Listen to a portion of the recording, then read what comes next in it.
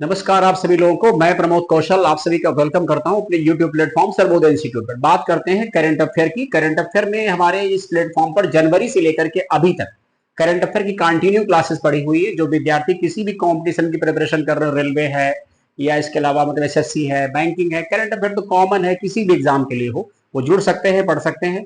अब बात करते हैं 16 मई की न्यूज है ना, 16 मई की न्यूज है जो आपको 17 मई की मॉर्निंग मिलनी चाहिए थी। विश्व खाद्य पुरस्कार 2025 किसे दिया जाएगा, मोस्ट इंपॉर्टेंट क्वेश्चन है ना। तो इसमें राइट आंसर है मारियंगेला हंगरिया। ठीक है, नाम क्या है, मारियंगेला हंगरिया।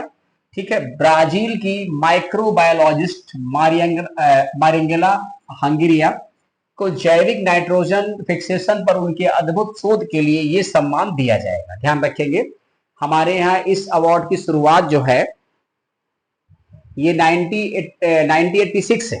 ठीक है, और इसको विश्व FAO देता है, फूड एंड एग्रीकल्चर ऑर्गेनाइजेशन, और प्राइज मनी भी इसमें बहुत ज्यादा है। आइए देखते हैं, बात करते हैं। ये एक प्राकृतिक प्रक्रिया है जो कम रासायनिक मतलब उर्वरक के साथ, किस लिए दिया गया है, कम रासायनिक मतलब उर्वरक के साथ फसलों को उगाने में सक्षम बनाती है। उनके काम में ब्राजील के सोयाबीन उत्पादन को बढ़ाने में महत्वपूर्ण भूमिका निभाई है। इससे ब्राजील दुनिया का सबसे बड़ा सोयाबीन उत्पादक देश बन गया है। ये भूमिका है ब्राजील की, ये जो है एक जो है एग्रीकल्चर की फील्ड में काम करने वाली फीमेल की ना, तो ये ध्यान रखेंगे। और इसके अलावा प्राइज मनी जो है 1.5 करोड़ रुपए है, ध्यान रखेंगे। 1.5 करोड़ रुपए बहुत बड़ा अमाउंट होता है। फूड एंड एग्रीकल्चर ऑर्गेनाइजेशन, ठीक है, 16 अक्टूबर को वर्ल्ड फूड डे। इसके बाद अगला क्वेश्चन क्या है, अगला क्वेश्चन है कि हाल ही में BRICS bank of commerce and industry का अध्यक्ष किसे बनाया गया। इसका आंसर है हरबंस चावला। देखिए BRICS bank, BRICS, BRICS bank जो है ये एक्चुअली में इसका हेडक्वार्टर जो है वो संघाई में है।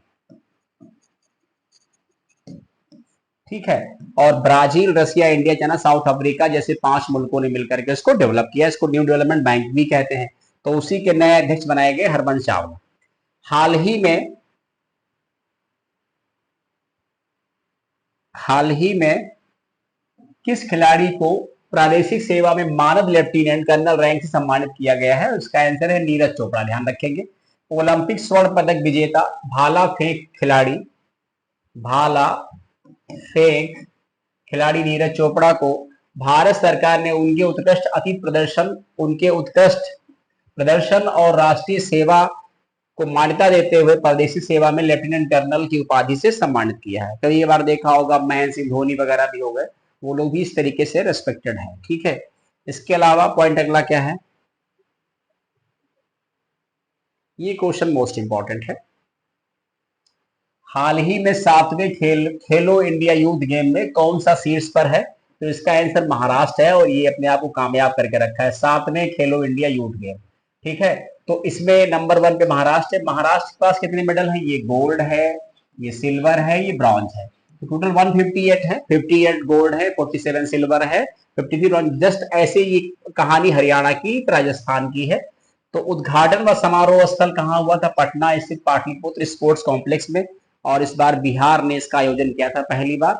ठीक है, इसका उद्घाटन एक्चुअली में वर्चुअली किया था प्राइम मिनिस्टर नरेंद्र मोदी जी ने ना। चलिए ये बात हो गई, तो ध्यान रखेंगे। बाकी इसके बारे में मैंने पहले पढ़ा रखा है, तो बार बार उसको रिपीट नहीं कर रहे हैं। जिसने भी मेरी क्लासों को पढ़ा होगा तो उसमें मैंने इसका सब कुछ के, इसका थीम क्या था, इसका उन लोगों ने जो है मतलब शुभंकर क्या लिया था, ये सब पढ़ा रखा मैंने।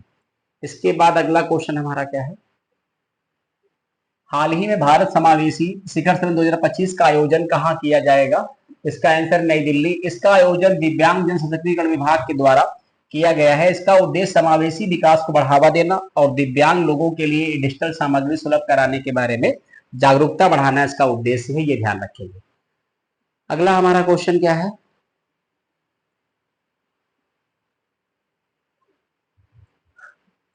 देश का छठा सेमीकंडक्टर प्लांट कहां पर स्थापित किया जाएगा, ये मोस्ट इंपॉर्टेंट क्वेश्चन, ध्यान रखेंगे ना। तो इसका आंसर उत्तर प्रदेश है। भारत सरकार ने उत्तर प्रदेश में जेवर अंतरराष्ट्रीय हवाई अड्डा, और ये कहां पर है, ये नोएडा उत्तर प्रदेश, यानी गौतम बुद्ध नगर का जो मुख्यालय है वहीं पर ग्रेटर नोएडा में बन रहा है। भारत का 6 नंबर का सेमीकंडक्टर प्लांट स्थापित करने की मंजूरी दी है। ये प्लांट ताइवान और भारत के एससीएल का संयुक्त उद्यम होगा, यानी दोनों का मिलकर ज्वाइंट वेंचर होगा। इसके बाद की बात करते हैं हम। अगला हमारा पॉइंट क्या है, अगर हम प्रथम 5 प्लांट की बात करें तो 4 गुजरात में है, 5वां असम मोरीगांव में है, 3 गुजरात के साणंद में है और 1 धुलेरा में है ना। तो जाहिर सी बात है कि 6 हो गए, 6 में 4 गुजरात में, 1 असम में, और जो अगला है वो यूपी उत्तर प्रदेश में ना। चलिए, जेवर अंतरराष्ट्रीय एयरपोर्ट। और ये आज का लास्ट क्वेश्चन है, क्या कह रहा है, हाल ही में नरेटिव ऑफ द बेंच जज स्पीक्स पुस्तक किसने लिखी है? तो इसका आंसर है NV Ramana, justice NV Ramana. Bharat के मतलब सीजीआई रहे हैं 48 नंबर के।